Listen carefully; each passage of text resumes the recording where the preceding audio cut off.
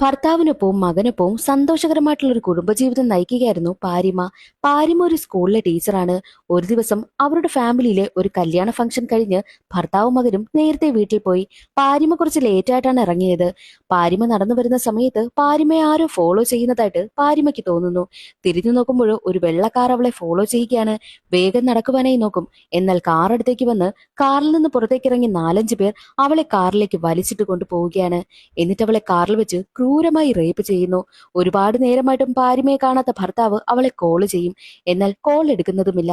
പാരിമയെ rape ചെയ്യുന്നതെല്ലാം ആ കാറിലിരുന്ന ഒരു പയ്യനാണെങ്കിൽ വീഡിയോ എടുക്കുന്നുമുണ്ട്.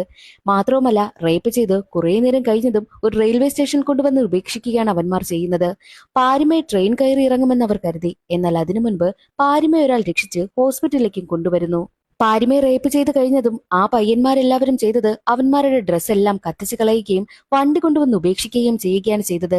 എന്നാൽ കേസ് ഏറ്റെടുത്ത പോലീസ് CCTV ഫുട്ടേജ് ചെക്ക് ചെയ്യുന്ന സമയത്ത് അവരൊരു വെള്ള കാറ് കാണുകയും ആ കാറ് ആരുടെ കൈവശമാണോ ഉണ്ടായിരുന്നത്, അതിൽ ആരൊക്കെ ഉണ്ടായിരുന്നു എന്നുള്ളതെല്ലാം കണ്ടെത്തുകയും അവരെ എല്ലാവരെയും അറസ്റ്റ് ചെയ്തുകൊണ്ട് പോവുകയും ചെയ്തു. ആ 4 പയ്യന്മാരിൽ ഒരു പയ്യന്റെ അച്ഛനാണെങ്കിലോ അത്യാവശ്യം നല്ല കാശുള്ള നല്ല പിടിപാടുള്ള ആളായിരുന്നു. അതുകൊണ്ട് തന്നെ പേരുകേട്ട വക്കീലിനെ തന്നെ ഏർപ്പാടാക്കുകയാണ്. പാരിമയുടെ അവസ്ഥ ദിവസം കഴിയുന്തോറും മോശമായി വന്നുകൊണ്ടേയിരുന്നു. അവർക്ക് എല്ലാ സഹായത്തിനായിട്ട് പാരിമയുടെ ഹസ്ബൻഡിന്റെ കൂട്ടുകാരനായിട്ടുള്ള കാർത്തിക്കുമുണ്ട്. പാരിമയ്ക്ക് വേണ്ടിയിട്ട് കേസ് വാദിക്കാനായി എത്തിയിരിക്കുന്നത് കാർത്തിക്കിന്റെ സഹോദരിയായിട്ടുള്ള രാവിയാണ്. അങ്ങനെ കേസ് കോടതിയിലേക്കും എത്തുന്നു.